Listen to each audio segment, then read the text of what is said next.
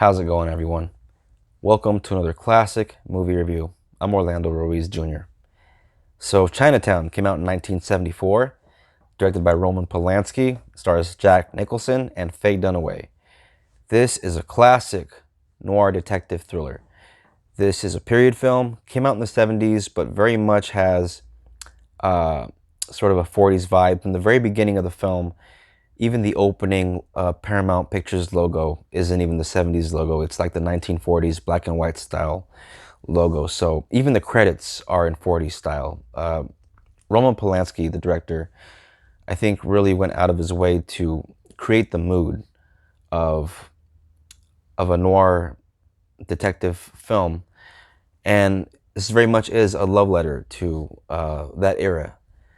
And it being a 70s film at the same time, having the kind of violence that they couldn't depict back in the 40s, and having a little bit of nudity. This could be considered a kind of a revisionist noir film. And so this is one of the sort of landmark films of the 70s. This is an excellent, excellent story. By the time you get to the end of the film, you definitely feel like you've had the rug pulled out from under you.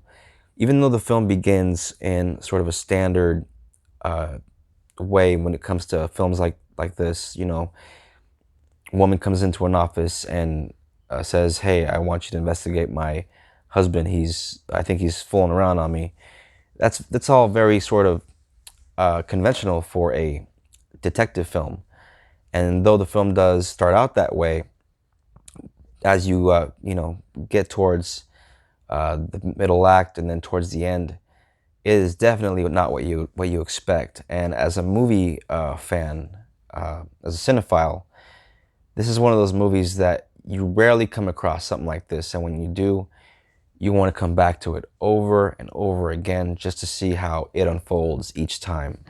This is one of those movies that requires more than one watch. This definitely has the kind of plot that at first you might not be sure exactly uh, how a lot of the sort of intricacies of the overall backstory in the movie, as far as uh, what the case is all about.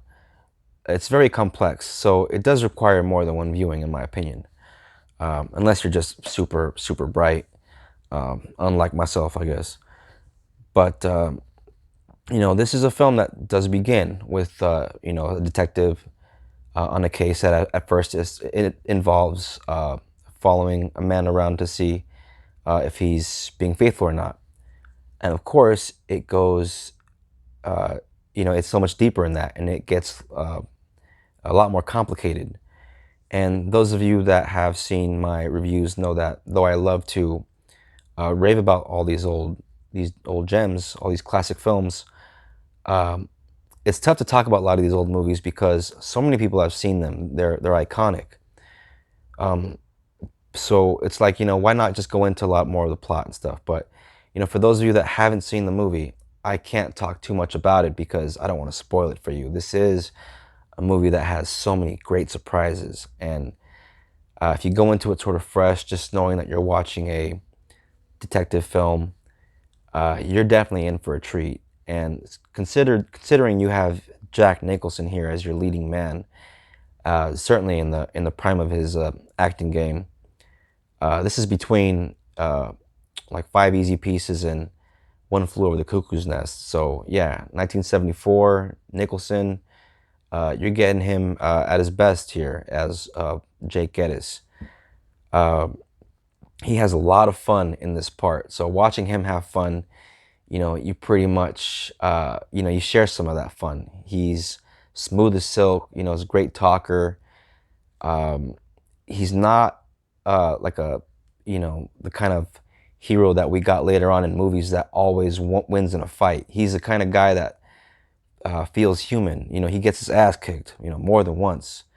And he does show that he can give it too, but this isn't that kind of film where the hero just comes out on top every time. For the most part, um, he runs into a lot of roadblocks and speed bumps, as you do in movies about an investigation. And as you get more towards the back half of the film, uh, as he learns certain things, you learn certain things, and the movie is very good. Well, the screenplay is very great at explaining everything as he learns it. So you're pretty much going on this investigation and really coming to every single little surprise uh, with the same experience that he has. So as you're really experiencing this film through the eyes of this detective, and that's one of the special things about this movie is it uh, really puts you there in the driver's seat with the Jake character. And of course, him and Faye Dunaway have so many great moments together. They really do um, have tremendous sort of uh, chemistry and um, well, I guess you could say in the what they call the hot scenes, uh, they really do sort of seem to be on the same wavelength in terms of um, what their characters are there for, because you can tell that her character isn't um, all that she seems, and he knows that, and as the audience we know that. So we're just waiting for the big reveal towards the once you get to the third act to see what what the deal is behind the plot, because the plot will slowly unravel itself. But you have to be patient because the film does take its time. It's not an action film. Things that happen that move the plot along that aren't big action scenes, but little discoveries that he finds out along this case that uh, as you keep going and going, uh, yeah, eventually you pretty much realize that this detective had no idea that it was going to turn out this way for him and for the audience, for the viewers. This is very much, I think, what Matt Reeves was trying to do with the Batman. When you watch the Batman, you're pretty much there with Robert Pattinson's Batman. You're seeing that case through his eyes, and that's very much what Roman Polanski does with Jack Nicholson in this film. And yeah, Matt Reeves definitely had a little inspiration, not just from Seven, David Fincher's work, and with the mob stuff in the film. They say he took a little bit of Fincher, took a little bit of Godfather. Uh, definitely took some of Chinatown. Definitely took a little Polanski in there. Uh, and a lot of the greats borrow from the greats. So nothing wrong with that. This is a 4-star classic and has one of the all-time great movie endings, though it's not going to please everybody. I'll tell you that right now, but still impactful. Cars go vroom vroom. So there are so many great things about the film in terms of those who love these kinds of movies. You're in for a real treat because this does feel like a movie that was made with a lot of care. The just the settings feel very 40s. The cars, the clothes, everything feels very authentic. If you watch a lot of old movies from that period, you see exactly what I'm talking about. The director of The Maltese Falcon, John Huston, has a part in this film, and not like a cameo or a walk on, a significant role. And not a bad actor, actually. Pretty damn good actor, John Huston, for a director.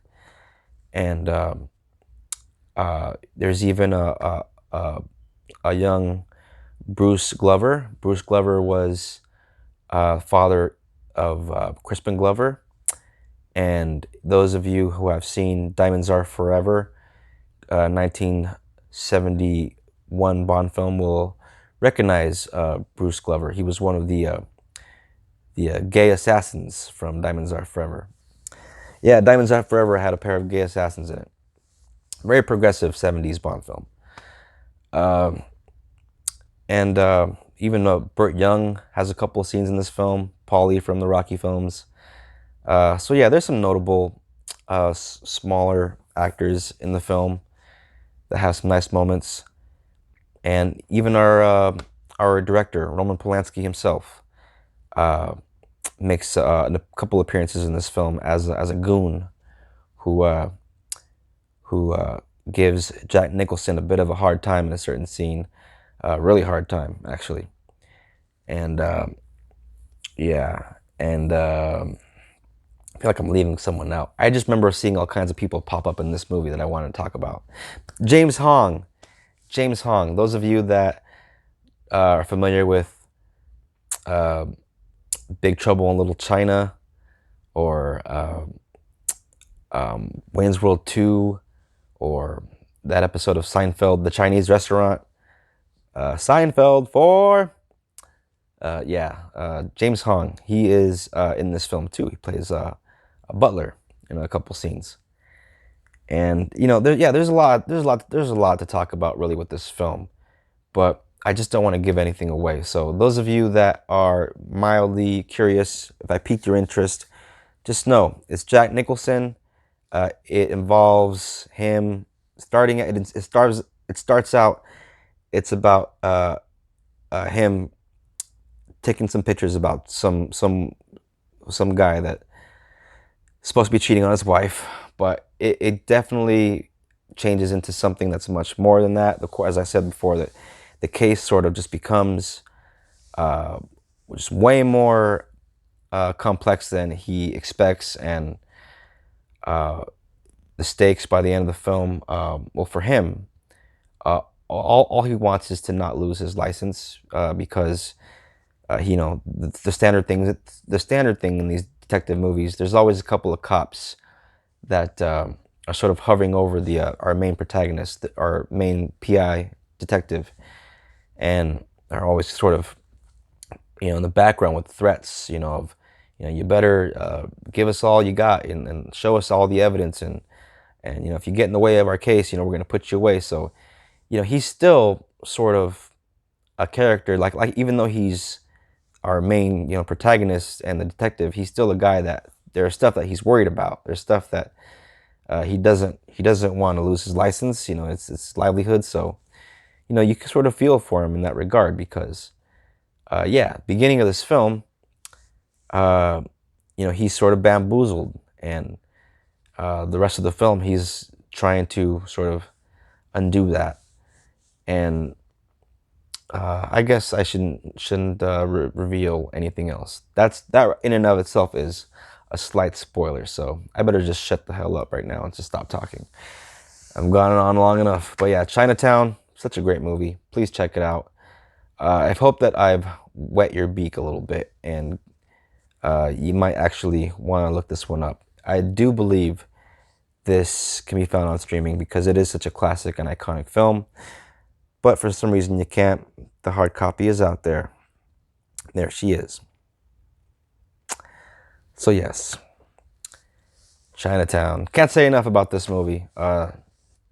Jack Nicholson. So that should be enough. 4 stars all the way. Gonna end it right there.